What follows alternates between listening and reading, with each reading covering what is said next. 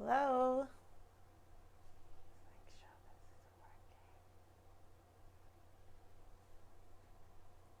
Hello, hello, hello. It is 11:30 on Saturday, and as promised, I'm here to talk to you about our obstetrics topic of the day. And I chose to talk about pregnancy or fertility in the later years. And by later years, generally we're talking about mid 30s and above. So I'm going to give a few minutes for a few people to join in so we can talk. I see some people already on here. Hi, Emma. Hi, for sure. Hey, tomorrow, music for your quarantine feet. Yes, I will be there. Um, I'll give a few more minutes for a few more people to join, and then I will start. I'll start our talk for the day. I hope you're all having a wonderful weekend. Um, the weather's pretty nice here in Greensboro. I hope to go out eventually and get to enjoy some of the sun. I didn't get much of it all week long. It was a busy week. I'll give it another minute and then I'll go ahead and get started. I do have to say thank you to all the people who either joined live last week or shared the video or viewed it later. I was really touched by how many of you watched and how many reached out, and I hope I was able to answer all your questions appropriately. I do still need to give a little disclaimer. I'm not here to give specific medical information to anybody individually through this medium. I want to just share the information so that you know it, and hopefully it just sparks a discussion between you and your OBGYN. If you happen to be near my vicinity, which is Greensboro, North Carolina, and you want to come see me so that we can discuss your specific issues further, I'm more than happy to. But I don't want people to share their personal issues specifically on this platform. I still want to protect some privacy for you. So, all right. Hi, Mommy Kay. And that's the other thing I have to say thank you to all the people joining. I've been touched from the different locations everybody's joining from. A lot of my talks will be focused on statistics based in the US since I do practice here. I do hope to get more details and data from some of the other places that you are so that we can have even more conversations about this. So, hi, Randy. Okay, so I'll go ahead and get started, and I'm sure more people will join in later. So for those of you who don't know me, I'll go ahead and introduce myself. I am Dr. Banga, your board certified OBGYN. I am here really to help demystify the female body for all women of all ages and the men who love them. So that you can make some more informed choices about your health, that of your daughters, that of your sisters, your mothers, all the females in your life. And by doing so, I hope that you feel a little more empowered when it comes to the decision making. So last week I talked to you about fibroids, this week, which was a gynecologic topic. This week I want to talk to you about an obstetrics topic. And as I said before, we're going to talk about pregnancy and some of the considerations for fertility and pregnancy in the later years. So an interesting detail is the point at which most women are born with the most eggs they're ever going to have is when they are still in their mother's wombs. At 20 weeks gestation, where we have the most eggs we're ever going to have. And that is somewhere in the vicinity of 6 to 7 million eggs. Starting from that point on, our eggs start to decrease pretty exponentially. So by the time a female is born, her eggs have decreased from 6 to 7 million when she was 20 weeks old to about 1 to 2 million at the time of birth. And it continues to decrease, as we go through life. Here in the United States, the average age of menopause is 51. So by age 51, the average number of eggs that a woman has is somewhere around 1,000. And in between, when we're born, when we're 1 to 2 million, to 51, when it's at 1,000, you can see how that decrease goes on. By the time we go through puberty, we're usually somewhere around 300 to 500,000 eggs. Most women are waiting a little longer to have children for various reasons: work, life, finances, finding the right partner, and then of course health issues. So I would say on average, I'm finding a lot of women in their 30s sometimes having their babies, and by age 35 we're down to about 25,000 eggs. So this is also disclaimed by saying this is not to fearmong. This is just to give the facts. These are just numbers that are facts, okay? We all know people who have had babies at later ages, and I'm not here to promote having children at incredibly early ages either. These are just the facts.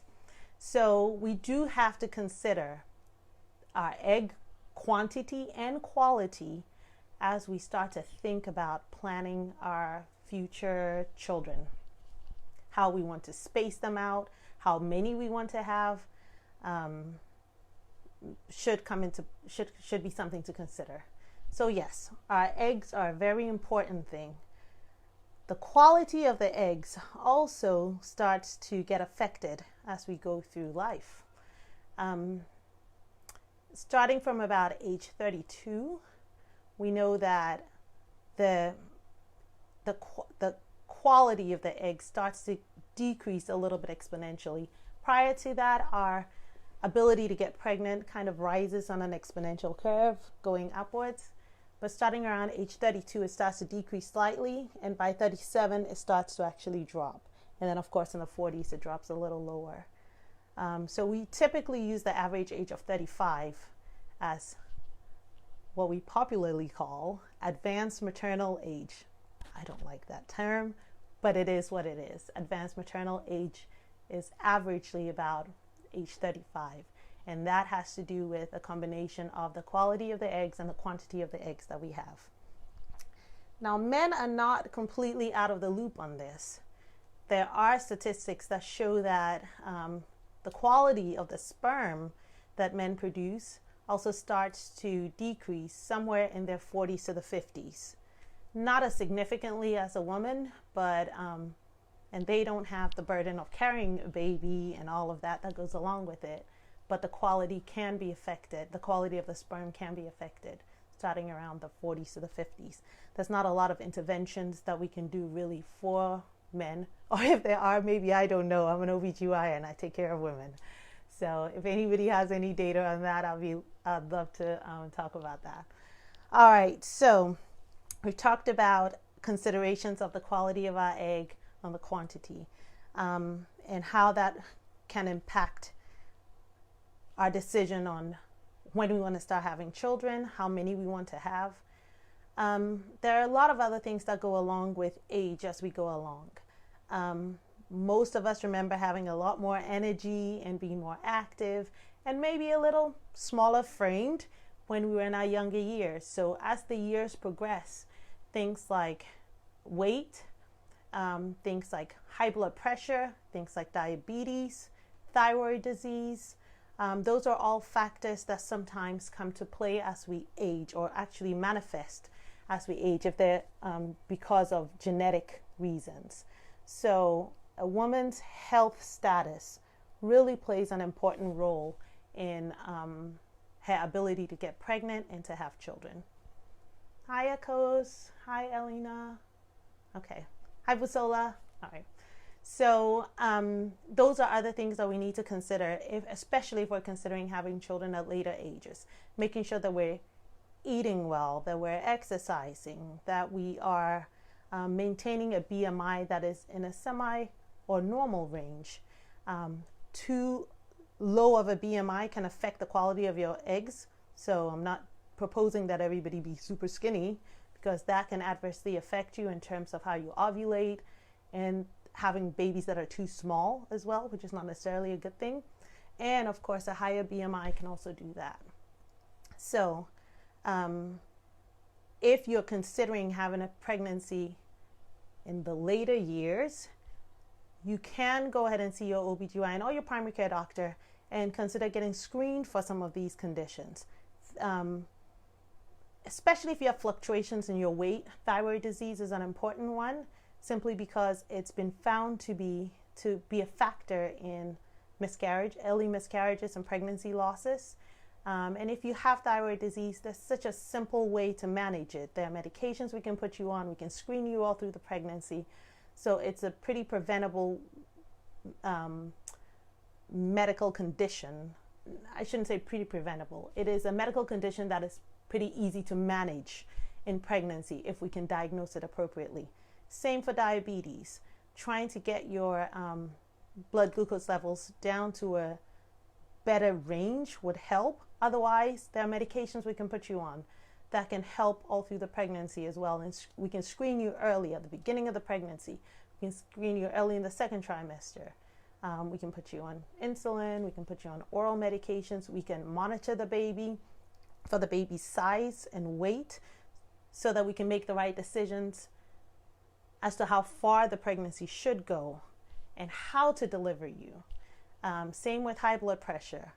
High blood pressure is unfortunately a little disproportionate in how it affects a lot of women. Unfortunately, women of color tend to have more adverse effects, specifically with high blood pressure, either because it's not diagnosed appropriately, it's not managed appropriately, and the consequential sequelae that can develop from that can be pretty detrimental. Chronic hypertension that is controlled has wonderful outcomes. But if it's not controlled, it can have effects on your liver, on your kidneys, on your heart. And these are all things that can worsen all through the course of a pregnancy. So it's important to get screened for all of these as you start to contemplate getting pregnant. So last week we talked about fibroids. Fibroids, as we know, are pretty slow-growing tumors, but over time and over age, if you have them, they can start to get bigger. So if you're waiting until a later age to have a baby, you could have a fibroid that started out really small and ends up pretty decent sized in your mid to late 30s and going forward, and that can sometimes affect the structure of the uterus, affect implantation, affect the pregnancy, pain, discomfort, all of that during the pregnancy. Endometriosis is another condition that can be diagnosed pretty early, sometimes in your teens, but a lot of times it's misdiagnosed, and unfortunately by the time it gets to when you're ready to have a child, it's caused either scarring or ovulation issues or pain or discomfort, things like that that can affect the pregnancy. I see more people joining in. Hi everyone. Hi Sharon. Hi Amy. Hi Priscilla. Hi Kwame. All right. So let's see what other conditions can develop. We have some genetic conditions like early menopause. Like I said at the beginning, the average age for menopause in the United States is 51. There are some genetic conditions that can cause some people to go into menopause a little earlier. So if unfortunately you are one of those, you could have menopause developing as early as in your early 40s. And the effects of that on ovulation, on your ability to get pregnant, can also, of course, affect your fertility. And menopause is going to be our topic for next week. I've gotten a lot of questions about menopause and a lot of interest in that. So I hope to be able to deliver and answer all your questions. If you guys have specific questions about menopause that you want me to address, go ahead and email those to me so I make sure that I address those. So let's see. Smoking, we know, affects the quality of our eggs. So those are some adverse behaviors that we can try to eliminate. I don't find a lot of women that I see who smoke cigarettes per se, but marijuana use, especially with the advent of all the CBD products, we don't have a lot of data.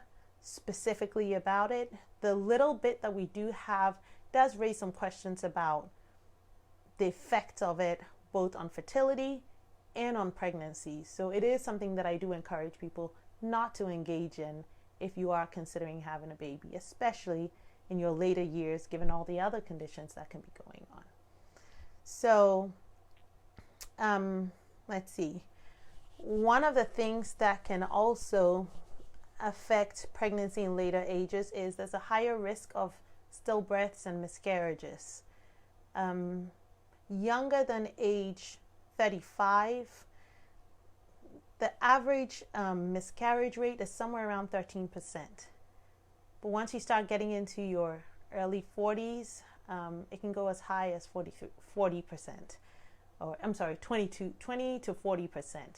So not only are there some things that can affect the quality of your eggs, the quantity of your eggs can be affected, your health status can be affected.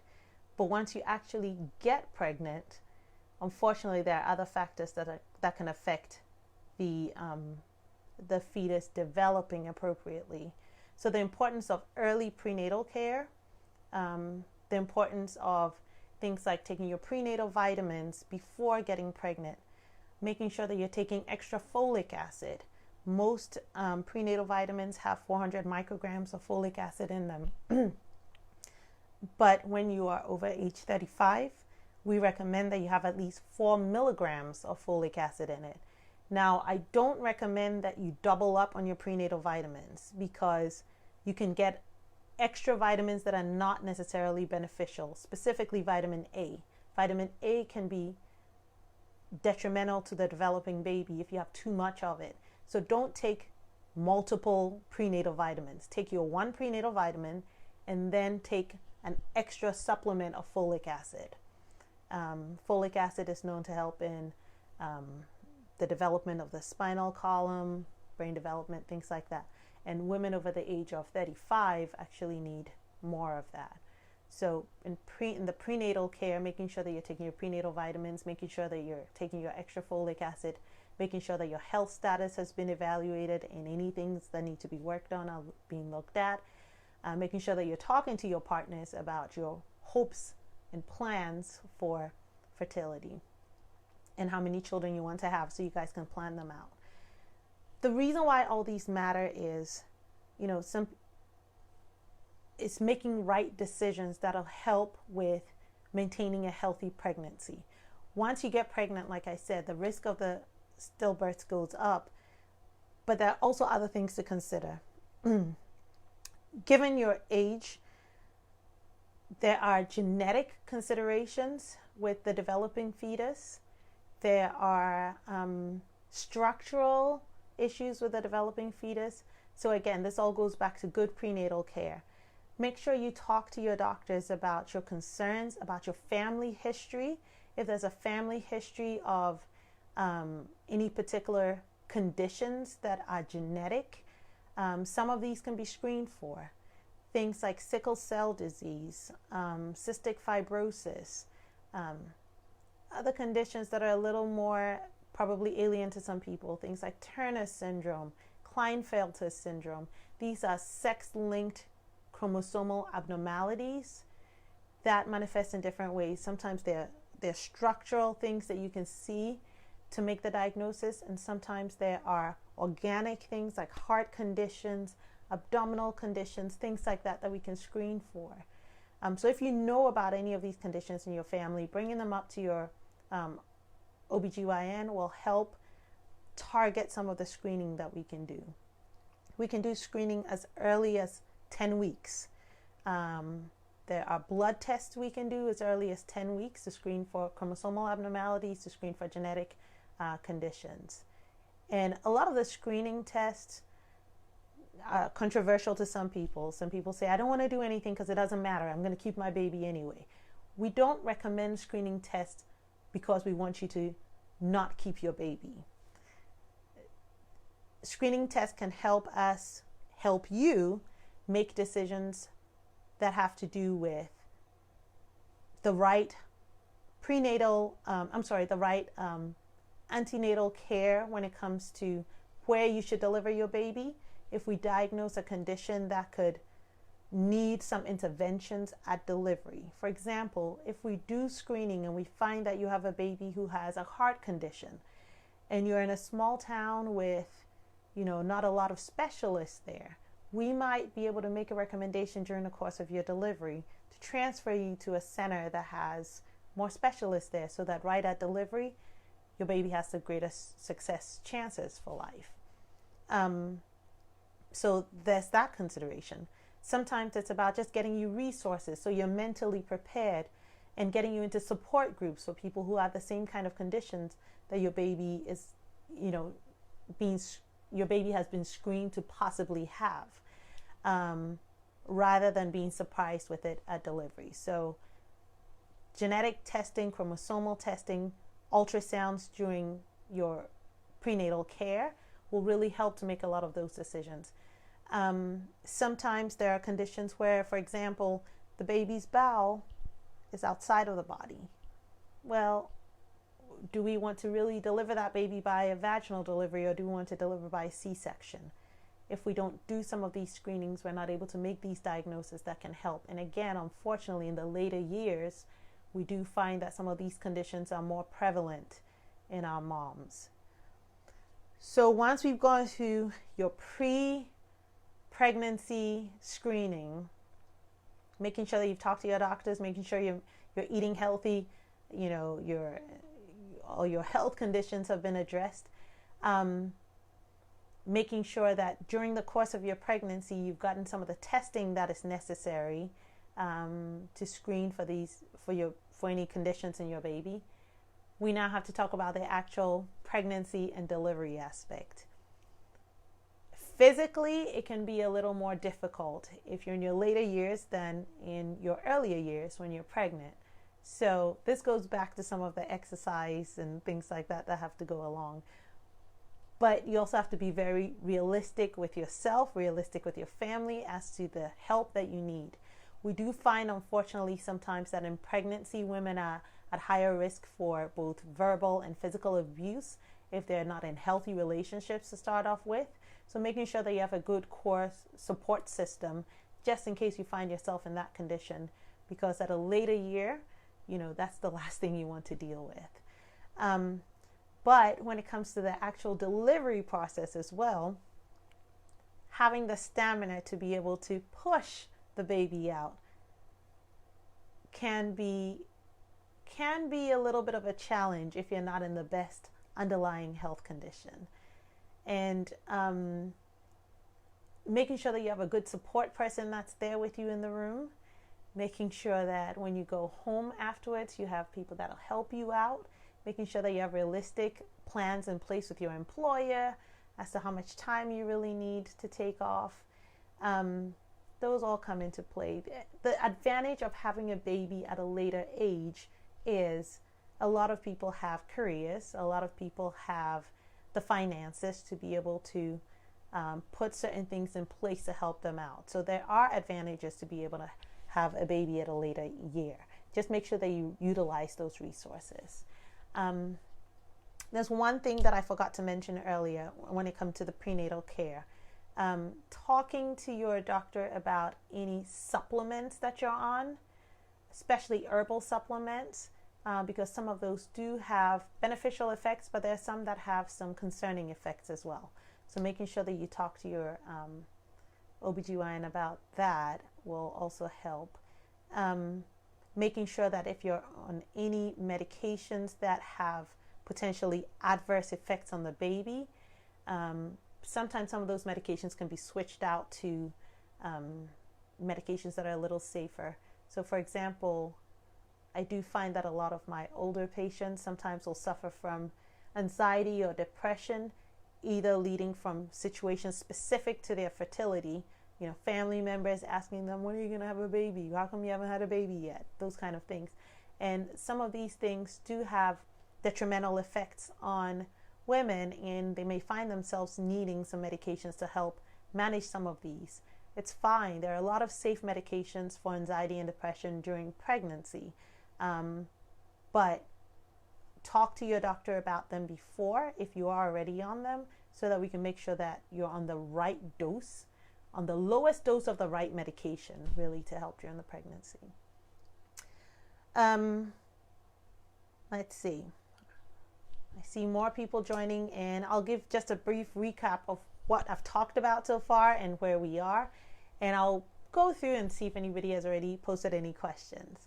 So our talk today, again, has to do with pregnancy in the later years, and just encompassing some of the statistical and physical considerations that we need to have when we're considering pregnancy in the later years. So we talked about the quality and quantity of our eggs. We talked about genetic and chromosomal conditions that can affect the baby in the early trimesters. We talked about the risk of stillbirth and miscarriages, especially when you have underlying conditions like diabetes, high blood pressure, thyroid disease. We talked about the importance of physical and dietary wellness. We talked about the need for prenatal supplements and extra folic acid for women over the age of 35. We talked about the effect of men as well when it comes to some of these chromosomal abnormalities. And then now we're talking about stamina during the pregnancy years and postpartum as well. The reason, again, why we're talking about all of this is to help you make informed decisions about the number of children you want to have, how you want to space them out, knowing information that'll help with where you need to deliver, how you need to deliver, and maybe getting you a little better prepared for once the baby gets here. There are unfortunately going to be those instances where you've gotten pregnant, you're excited about the pregnancy, and unfortunately we do find some of these conditions that may not be sustainable for a full quality of life for babies. It's important to be able to have that conversation about if you want to proceed with the pregnancy, or if you want to put comfort measures in place once the baby's delivered. These are conversations that I tend to have, unfortunately, with some of my older patients who have really wanted a baby very much, but unfortunately find that they have some genetic abnormality that precludes the baby from having a good life. And that's a topic for probably another day. It's a very painful topic all around, but it is something that you need to be aware of as you're planning your pregnancy in your later years, as a real consideration that your baby may end up with a condition that might not be favorable. Some statistics to go with that a little bit. Some of the tests that we run in the first trimester for babies have to do with chromosomal or genetic abnormalities. Like I said, one of the most common chromosomal abnormality is Down syndrome. Now, Down syndrome has come years from what it was before. It used to be almost like a death sentence, and it's not anymore. People live to a lifespan of, age 60 on the average, and there's various degrees of severity of Down syndrome. So there are people that are completely functional, full jobs, lives, marriage, children of their own, and everything. And then there are some that are a little more severe because it can be associated with some cardiac defects, some gastrointestinal defects, so GI system defects, things like that. I'll use that just as my example because it's one of the most common. Statistically, around age 25 or so, your risk of having a baby with Down syndrome is probably 1 out of 1,300. When you fast forward to age 35, the risk of having a baby with Down syndrome is somewhere around 1 out of 350. So it's a real consideration. And that's just Down syndrome. There are other chromosomal abnormalities.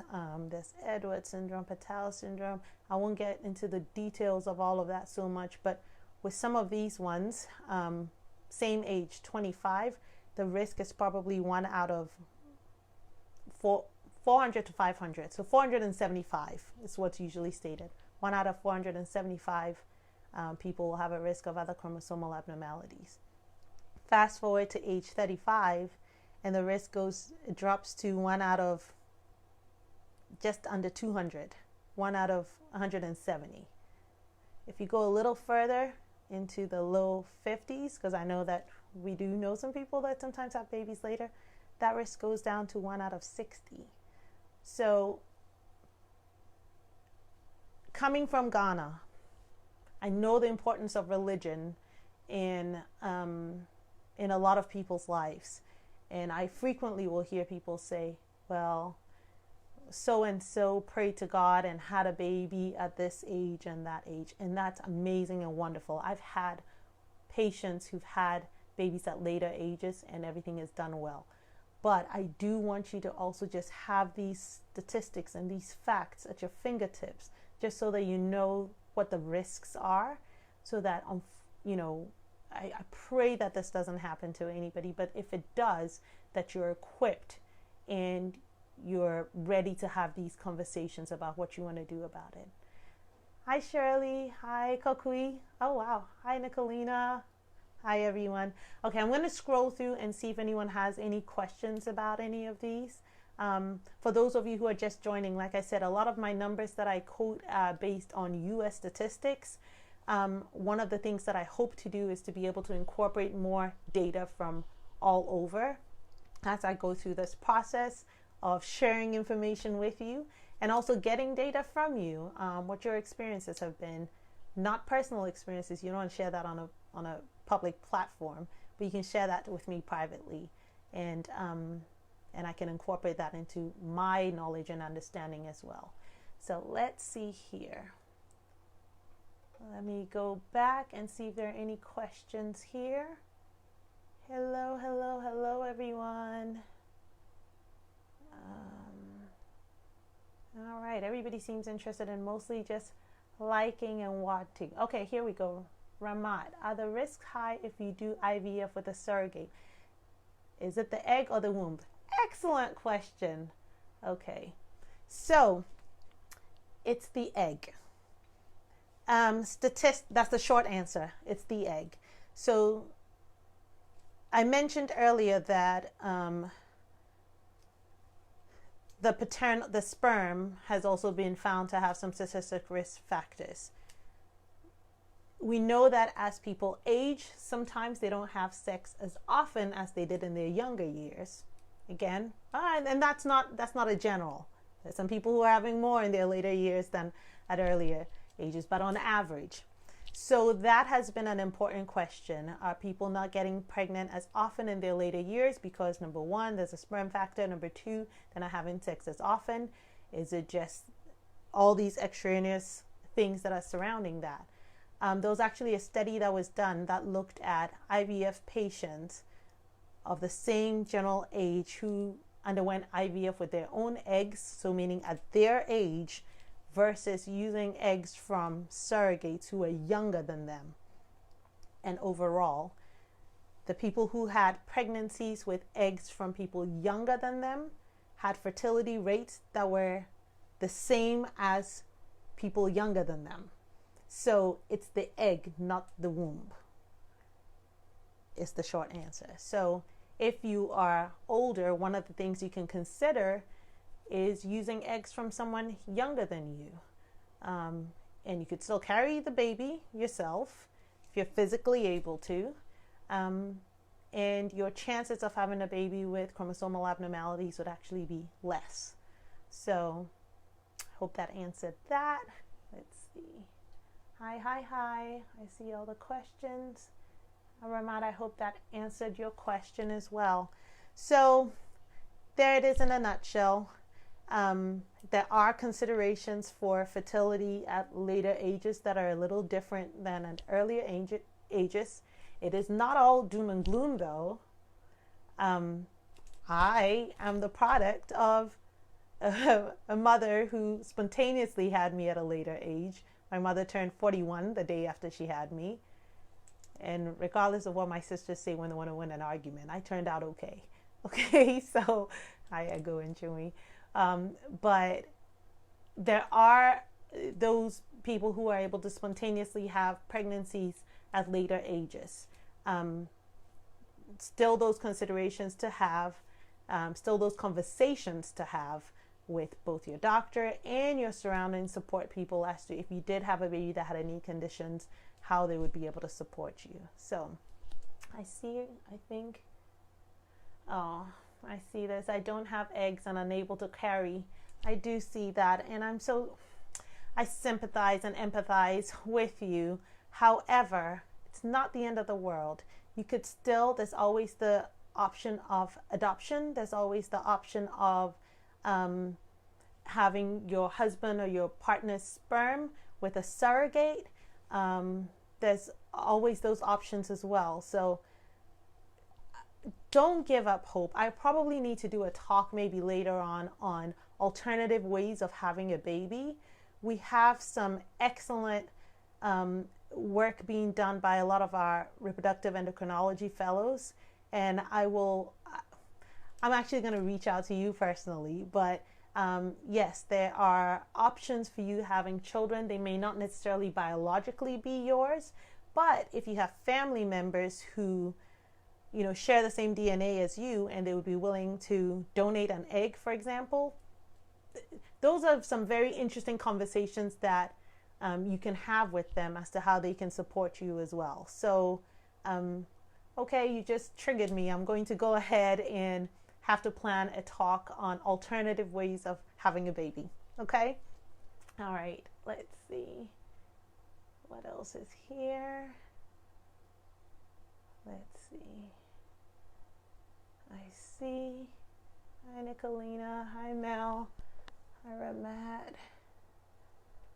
All right. What can I do? So freezing eggs earlier is best. Is there an age when not helpful to freeze? Okay, so I always like to do my short answer and my long answer. Short answer, yes, you are right. Freezing eggs earlier is best.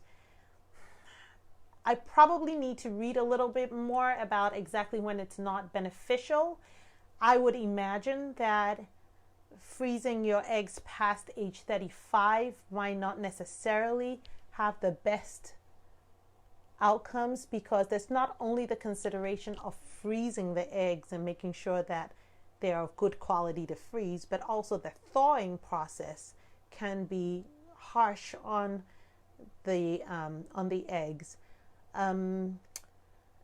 It's actually sometimes a little better to freeze embryos rather than just eggs if you're going to do that, especially at later ages, because embryos, and an embryo is an egg and a sperm have been put together and formed a little budding baby, a little budding fetus.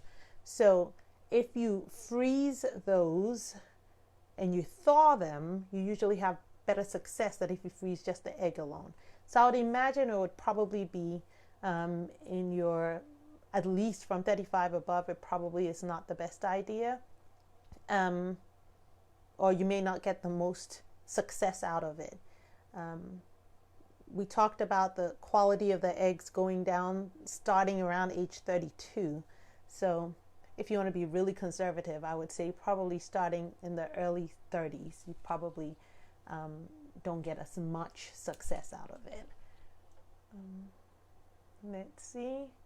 My sister has done IVF 3 times, but it all failed. What should she do?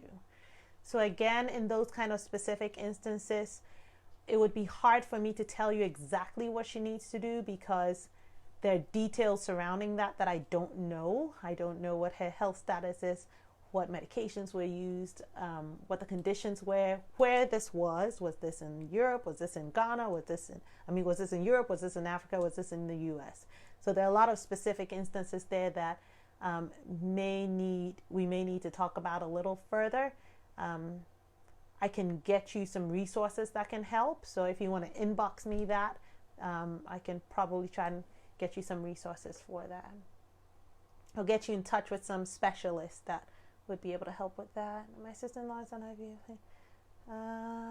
Let's see. The tube is blocked and has lots of fibroids. Maybe sharing this link, maybe. All right. So this question has to do with a tube being blocked. So tubes being blocked can actually happen at any age. It is also higher incidence of that happening at later ages. So that could be a condition of the fact that it could be a result of the fact that she may be having a pregnancy at a later age. Generally, and again, I can't say specifically for the person you're talking about, but generally, if there's a condition with the tube, it could be because the tube is blocked, so the egg and the sperm can't come and meet in the tube. Or it could be that the tube has infection, inflammation, fluid filled in it so that it washes away the egg and the sperm whenever they're trying to meet. A lot of the infertility doctors will sometimes recommend taking out the tubes and then doing IVF. And I'm sorry, I didn't see if you said she has already tried IVF. But again, if she's tried IVF and that hasn't worked, there's still those options of surrogacy, of finding somebody. And surrogacy means that you find somebody that carries the baby for you. Because if your tubes don't work, but your ovaries are making good quality eggs, you can take an egg from the ovary, sperm from your partner, put them together, and then just have someone else carry them for you. Yes, some of these conversations will have to do with what your definition of having a child is. Is it that you want to carry the baby yourself, birth the baby yourself? Or is it that you want an infant that has your DNA in that infant? Just your DNA, your partner's DNA, you and your partner's DNA? Or do you want an infant that you can love, regardless of the DNA status of the baby? An infant that you can love, raise, bring up, offer a good life to. So then the conversation about adoption also comes in. So there are a lot of different considerations when it comes to that particular conversation of blocked tubes, IVF, all of that. So I think that's a little more intricate, and I may need to put that off for another conversation. Like I said, I think a lot of you have triggered enough conversations in me to where I promised a menopause lecture next week. So I'm doing a GYN lecture on menopause next week. And I'll have to go ahead and have a conversation about alternate ways of having children the week after that. Okay. All right. So I think that was it with the questions. I hope you guys got some benefit from this. Some numbers, some statistics, some facts, some considerations to have. The importance of why we want to do testing as to, information and knowledge and where to have your baby, the specialists you might need to be there. And as we can see from some of these later considerations, once you're having difficulty having a baby, what options there are for that, which it seems like I need to expand on a little further, so I will. And hope at the end, me here, product of a 41-year, well, she turned 41 the day after she had me. So, it's not impossible to have a child in your later years spontaneously. It's not, and they turn out somewhat decent, I think. I have a sense of humor and everything. But there are some real conversations that need to be had. And I encourage you to talk to your OBGYNs, talk to your family about them. And I will definitely bring you more information. And I'll try to see if I can incorporate more international data on resources when I do the talk next time. So thank you all for watching. I hope you did get some benefit from this. Like I said, once again, for those of you who don't know who I am Dr. Banga, your board certified osteopathically trained OBGYN. I am located in the United States in Greensboro, North Carolina. My mission for doing this is to just demystify the female body and the conditions that surround some of the things we go through for you, for the people who love you, and for you to be able to explain these a little better to your children when the time is right. I can be found on all social media under the handle Dr. Banga OBGYN. So Dr. Dr. Banga, Banga, OBGYN. I'm on Facebook, and I do these lives every Saturday. I'm trying to do them at 11:30 every week, if that seems to work for everyone. And I mean, not every week, every Saturday, if that works for everyone. And I can also be found on Instagram, on TikTok, on YouTube, on LinkedIn, and on Pinterest. And I'll be uploading these videos too. So thank you very much for watching, and I hope you all have a wonderful day. Take care.